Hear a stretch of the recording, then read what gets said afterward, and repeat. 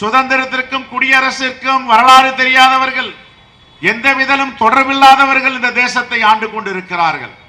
மக்களுடைய வறுமை பற்றி தெரியாது, மக்களுடைய எதிர்காலத்தை பற்றி தீர்மானிக்க முடியாது.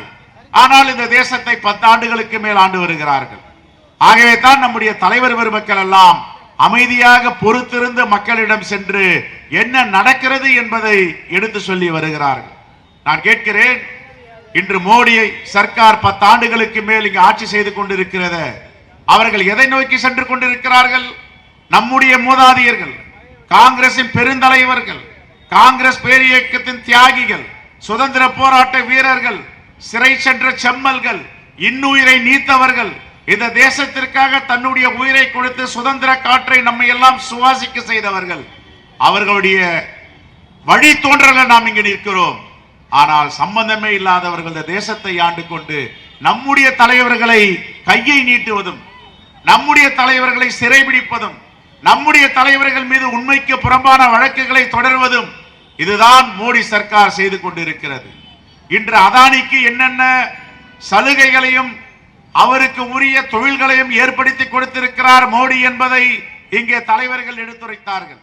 ஒரு அதானிக்கான தேசமா, 140 கோடிக்கு மேல் வாழ்கின்ற இந்திய மக்களுக்கான தேசமா என்பதை இன்று கேள்வி கேட்கும் நிலையில் நாம் இருக்கிறோம். அமெரிக்காவில இந்தியாவில் இருந்து குடிபெயர்ந்தவர்கள் எல்லாம் வெளியேற்றும் நடவடிக்கை நடந்து கொண்டிருக்கிறது. மோடி அரசு வாய் திறக்கவில்லை. ரஷ்யாவில ராணுவ வீரர்களாக பணியாற்றுகின்ற இந்தியர்களை கொன்று குவித்து வருகிறார்கள். 13 உடல்கள் இதுவரை கண்டுபிடிக்கப்பட்டிருக்கிறது.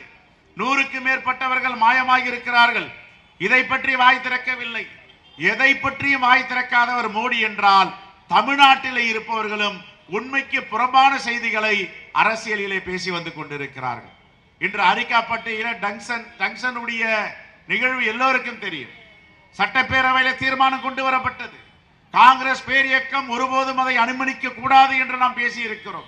மாண்புமிகு முதலமைச்சரும், நான் முதலமைச்சராக இருக்கும் வரை இதை விடமாட்டேன், அப்படி வந்தால் நான் முதலமைச்சர் பதவியை ராஜினாமா செய்வேன் என்று சட்டப்பேரவையில் பதிவு செய்தார். ஆனால் பாஜக இரட்டை வேடு போடுகிறது, இரட்டை நாக்கு உள்ளவர்கள் என்று ஆதாரத்தோடு நேற்றைக்கு பத்திரிகையாளர் சந்திப்பிலே சொன்னோம். இதே பாஜக தலைவர், இந்த டங்சன் தொழிற்சாலை வந்தால் என்ன நடக்க போகிறது? நன்மை தான் நடக்க போகிறது. வெளிநாடு தொழில் நிறுவனங்களுக்கு இணையாக நாம் போட்டியிட வேண்டும். அப்படி என்றால் இது தேவையான ஒன்று. சிறு சிறு பாதிப்புகள் வரும், வந்தால் அதை பொறுத்து கொள்ள வேண்டும் என்று பேசியவர்கள் தான் பாஜக தலைவர்கள்.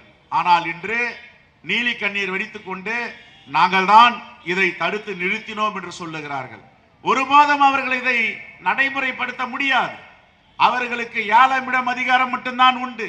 நடைமுறைப்படுத்துகின்ற அதிகாரம் தமிழ்நாடு அரசுக்கு உண்டு.